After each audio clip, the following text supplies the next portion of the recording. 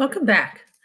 What we are going to do now is continue our interpretation of growth rate using linear and exponential functions.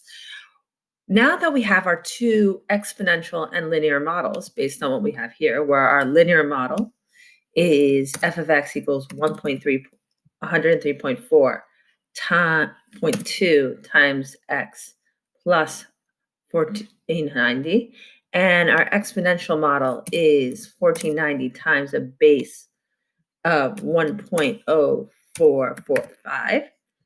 We can now then take both those models and use them to make predictions of what would happen in the following years. So I'm going to take this handy dandy table, and I'm going to take it and I'm going to actually copy and paste it over to a space where I can go ahead and I can interpret this in terms of the years that I'm looking for. So in 1935, which is, let's see, going to be 35 years after, and then 1960, and then 2010, which is 110 years. The actual population, according to this, was 6,175, 15,717, and then 37,253. All of these in the thousands.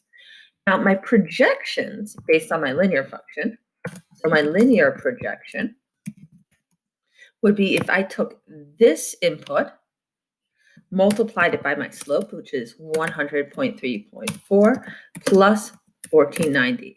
Notice it's a perfect match for this one right here when it's typed correctly.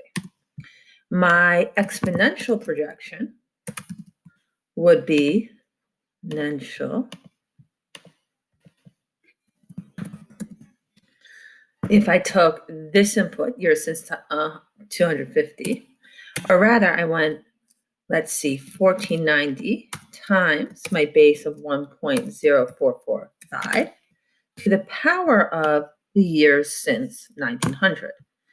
If I then pull down both of these functions to calculate them for my various inputs,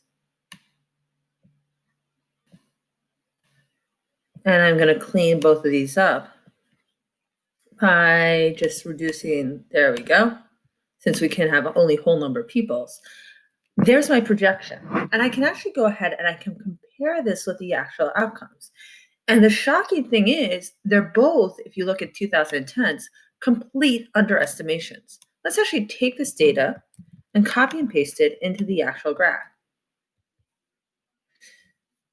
So which function is a better model for the population growth in 1935 and 1960? Well, we better make sure we get the right growth. This is what we need for 1935. So in 1935, the linear model was off by 1,000, and the exponential model was overestimated by about 700.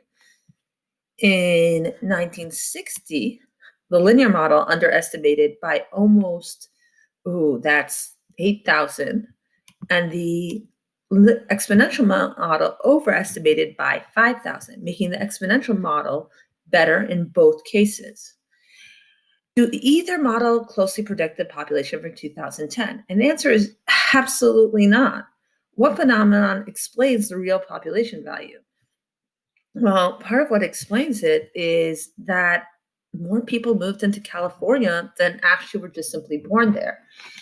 One of the things that this population growth did not account for is there's a phenomenon known as immigration, where not only do you get more people because, well, people have people, which is an exponential phenomenon, but you get more people because people like to be around people and they like to go to places where you can do new things, get good jobs, and make a better life for yourself.